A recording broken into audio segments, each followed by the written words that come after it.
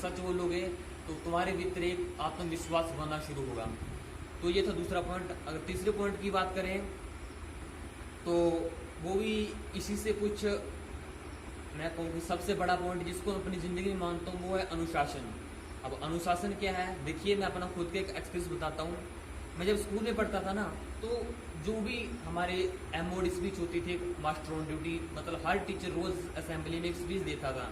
तो हर टीचर घुमा फिरा के एक पॉइंट पे बात लेके आता था, वो जाता सेल्फ डिसिप्लिन डिसिप्लिन। तो मैं इस शब्द को सुन सुन कितना बोर हो गया था। मैं सोचा क्या डिसिप्लिन डिसिप्लिन कहते थे, मेरे को कुछ समझ नहीं आता था। मेरे को ये डिसिप्लिन अनुशासन शब्द इतना बोरिंग लगना शुरू हो गया था ना, तो मैं सोचता था बड़ा ही बोरिंग शब्द है ये। कुछ होता है ना, जैसे कि हमारी सीबीएसई कुछ पुस्तकें होती हैं, उनमें से हमको एक मतलब चिड़ शुरू हो जाती है। ऐसे ही मेरे को अनुशासन सबसे एक चिड़ होती है सभी को, क्योंकि प्रिंसिपल आता है वही शब्द बात बोलता है कि डिसिप्लिन में रहो, ये है वो है। लेकिन जब मैंने स्कूल छोड़ा ना, थोड़ी चीज़ धक्के धुक्के खाए, तो मेरे को एक बात समझ आई कि अनुशासन होता है क्या, होता क्या है। पहले तो ये लगता था कि टाइम पे असेंबली में आना, पीरियड में बोलना नहीं है, तो जो टीचर पढ़ा है उस पर ध्यान रखना, किसी से बात नहीं करना, यही अनुशासन होता है। लेकिन जब बाहर निकले फिर पता चला कि अनुशासन क्या होता है। वो कहते हैं ना कि अक्सर समझ बादाम खाने से नहीं धक्के खाने से आती है। तो वही बात है, हमें धक्के खाने से नहीं डरना चाहिए। जिंदगी में जितने हमको ठोकरें धक्के मिल रहे हैं ना, उसको खाते जाओ। इससे तुम्हारी एक मैच्योरिटी लेवल बढ़ेगा। तो अब मैं अपनी बात को ज़्यादा लंबा ना खींचते हुए, तो अनुशासन को थोड़ा एक्सप्लेन करके मैं अपनी वाणी को विराम देना चाहूँगा।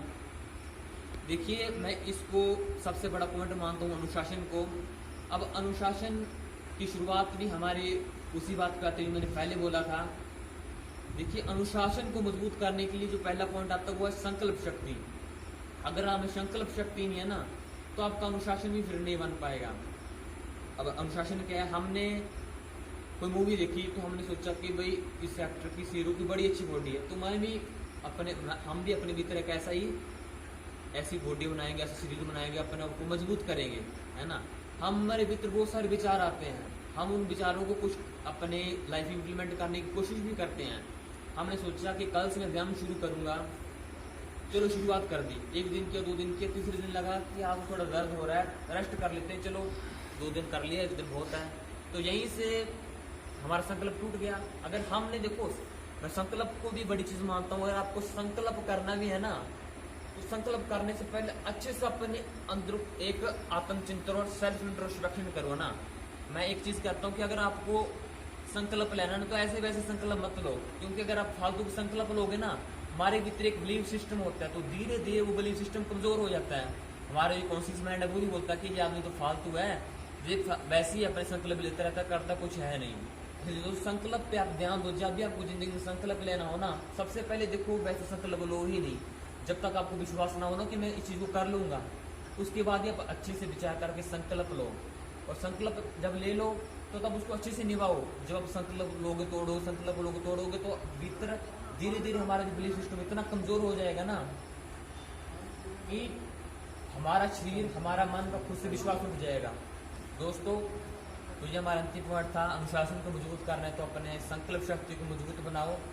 तो इन्हीं सब शब्दों के साथ मैं अपनी वाणी को विराम दूंगा, और मुझे उम्मीद है कि आप लोगों को जो मेरी ये कुछ व्यवहारिक बातें थी आप लोगों के सिर के ऊपर से नहीं गई होंगी, आपको समझ आई होंगी।